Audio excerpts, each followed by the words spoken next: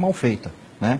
Uma dessas coisas é a política de desarmamento. Ok, mas todo mundo que é a favor do desarmamento é porque eu faço essa associação, arma de fogo igual a morte.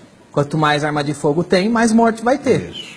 Então, imagino que é por isso que as pessoas que são a favor do desarmamento conferem? Em princípio... É legítima essa rejeição à arma de fogo? Não, é legítima por desconhecimento.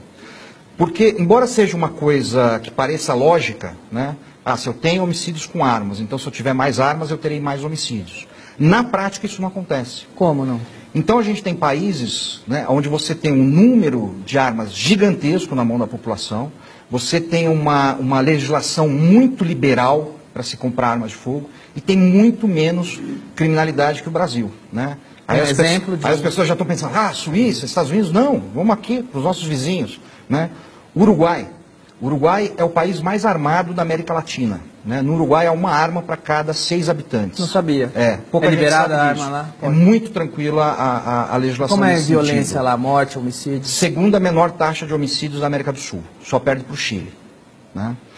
O Paraguai, né? Ninguém duvida que a legislação no Paraguai seja fácil para se comprar armamento, até isso é bastante conhecido até do Paraguai. É a terceira menor taxa de homicídios da América do Sul e vem caindo nos últimos anos. Por que quanto mais arma a população tem, menos tem homicídio? O bandido fica com medo de assaltar e tomar um tiro? Aí nós temos duas teses, né? A primeira é o seguinte, uma coisa não tem nenhuma relação com outra, né?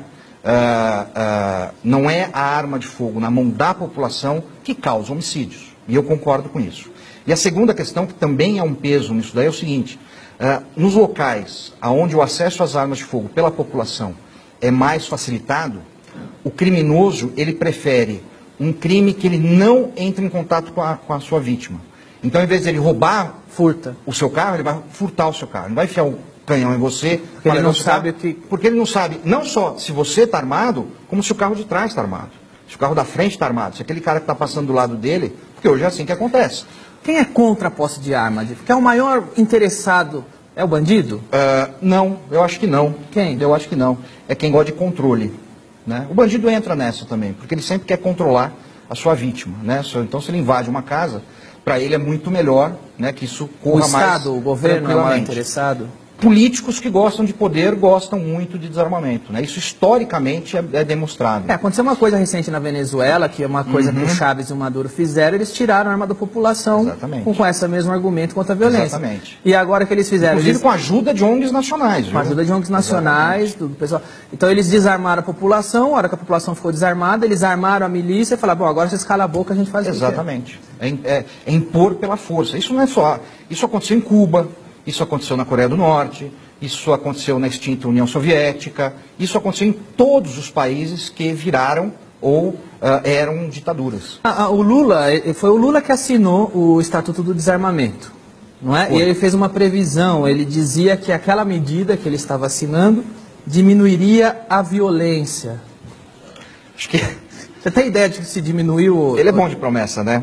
Quantos assassinatos tinha o Brasil naquela época, você tem ideia? Nós tínhamos naquela época aproximadamente, se eu me lembro bem, 34 mil homicídios por ano. E hoje? 59 mil. Não preciso falar muito, né? Não preciso falar muito. Nós tivemos aí estados onde houve um crescimento de 400% no número de assassinatos, né?